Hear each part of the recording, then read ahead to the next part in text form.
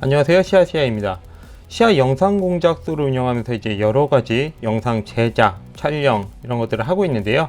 그러면서 이제 프로페셔널한 장비들도 많이 다루게 되지만 그 중에서도 1인 미디어나 유튜버들을 위한 장비들이 종종 있어요. 그래서 최근엔 특히나 이제 작고 가벼우면서도 이제 고성능인 제품을 사용하시는 분들이 많아지고 있어요. 그런 트렌드에 맞춰서 이번에도 새로운 제품을 소개를 해드릴까 합니다. 이번에 소개해드릴 제품은 소니의 샷건 마이크인데요. 바로 이 제품입니다.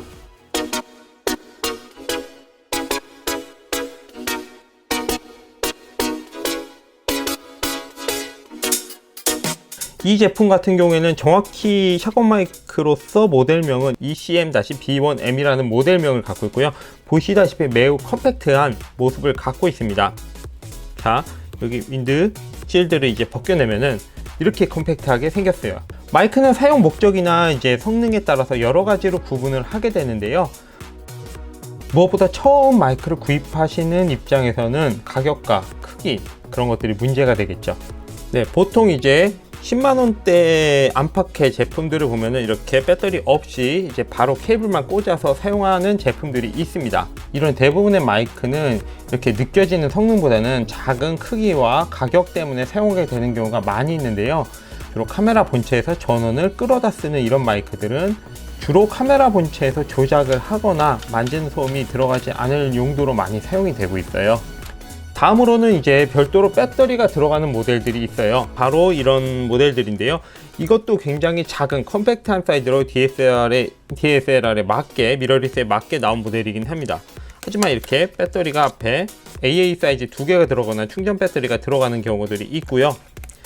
이런 마이크들 같은 경우에는 이제 브랜드가 좀 알려진 제품 같은 경우에는 20에서 30만원 혹은 그 이상이 가기도 해요. 최근에 DSLR에 맞게 컴팩트하게 나왔다고는 해도 그래도 아직 불편한 점이 많이 있고요. 실제로 이렇게 촬영을 하거나 사진 촬영을 할 때는 이게 케이블이 튀어나와 있기 때문에 이마에 이렇게 부딪히는 경우들이 많이 있습니다. 그래도 이만큼이면 많이 좋아진 거예요.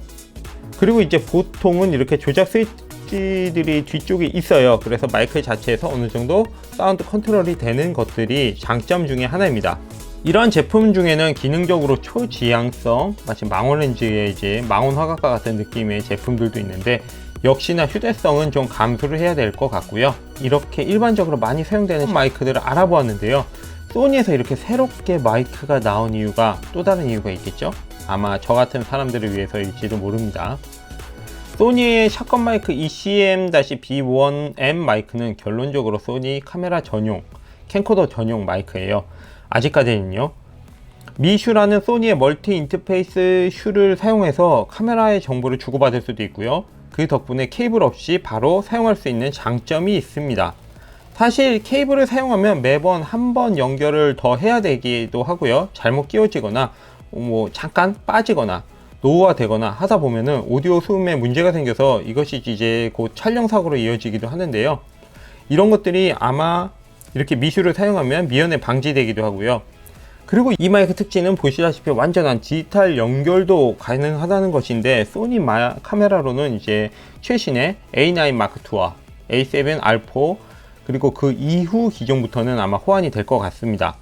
물론 그 전 모델도 아날로그 타입으로 스위칭 해갖고 케이블 없이 사용하는 데는 별 문제는 없습니다. 디자인은 일반 마이크와 좀 다른데 마치 이게 뭐냐 하면은 그 리그의 손잡이 같은 느낌? 아까 이야기했듯이 여행시 거추장스럽지 않고 배터리가 없어서 녹화 중에 갑자기 문제가 발생할 일이 없어요.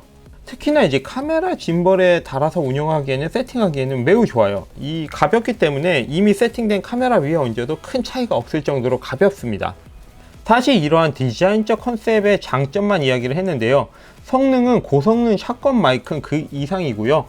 이 상측 위에 이제 홀이 8개가 있어요. 이 8개 아까 보셨듯이 8개가 있는데 이게 바로 모두 마이크입니다. 총 8개의 마이크가 상황에 맞게 작동을 하고 있고요. 뒷부분에 이제 여기 부분 스위칭을 조작을 함으로 해서 이제 초지향성, 단일 지향성, 무지향성 이렇게 세 가지로 마치 3개의 렌즈를 다 갖고 있는 거. 표준, 광각, 망원 그거랑 똑같죠. 초지향성, 단일 지향성, 무지향성 이 셋을 비교를 한번 해볼까요? 그의 초지향성 모드랑 이제 단일지향성 모드 그리고 무지향성 모드 세 가지를 모두 바꾸어서 체크를 해보았습니다. 무슨 얘기냐면 일본의 전쟁이 시작이 되면 하나의 성이 있잖아. 그 성을 지키는 성주는 도망을 가면 안 돼. 성을 나간다는 건 있을 수가 없는 일이야. 나간다는 의미는 지는 거야. 그 성을 나간다는 거는 그 성을 버리고 나간 사람은 그 사회에서 존속할 수가 없어. 나가면 날라를 죽여버려.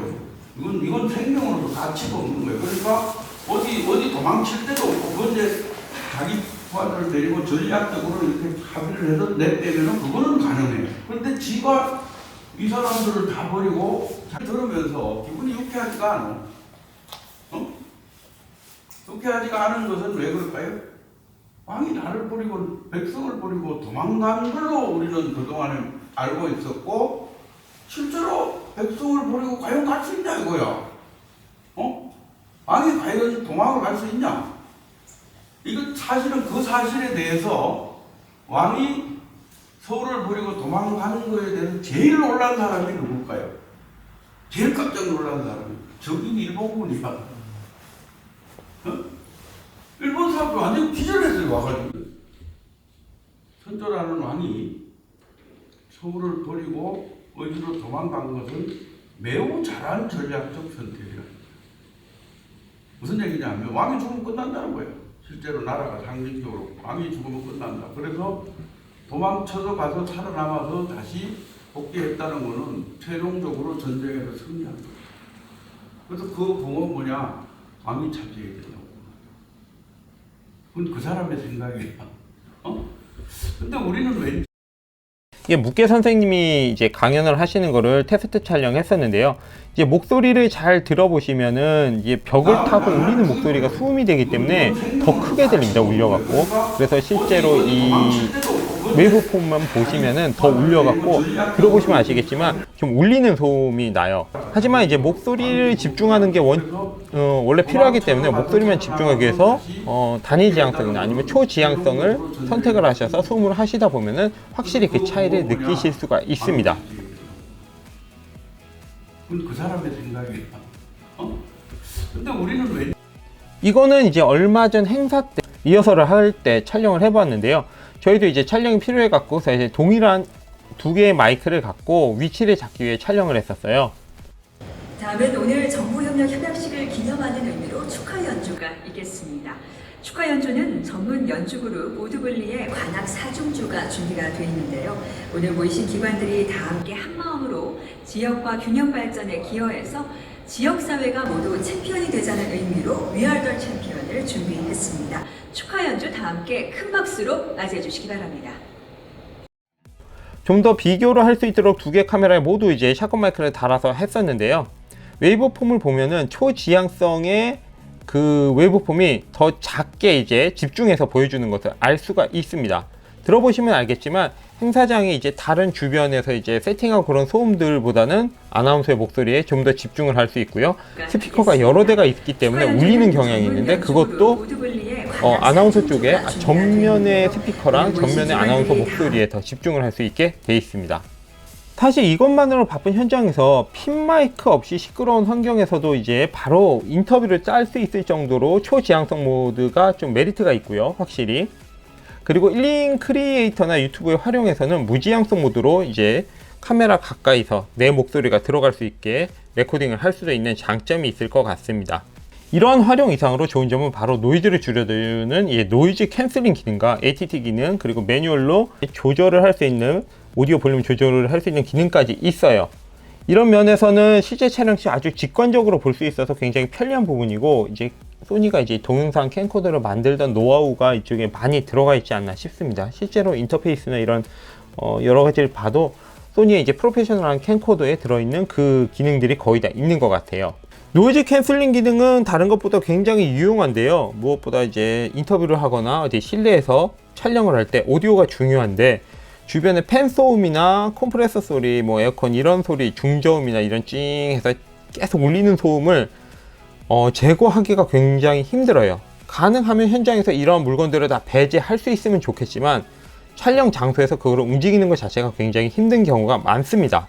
그런 면에서 그런 소음을 후반부에 잡아줘야 되는데 후반부에 잡다가 못 잡는 경우들이 가끔 있어요. 그렇게 되면 굉장히 번거로운 작업이 될 수가 있고요. 촬영 초기부터 가장 깔끔한 원본을 촬영하는 게 원칙이기 때문에 이 소음을 잡고서 모니터링하면서 되도록 잡고서 넘어갈 수가 있다는 점에서는 굉장히 유용한 기능 중에 하나입니다.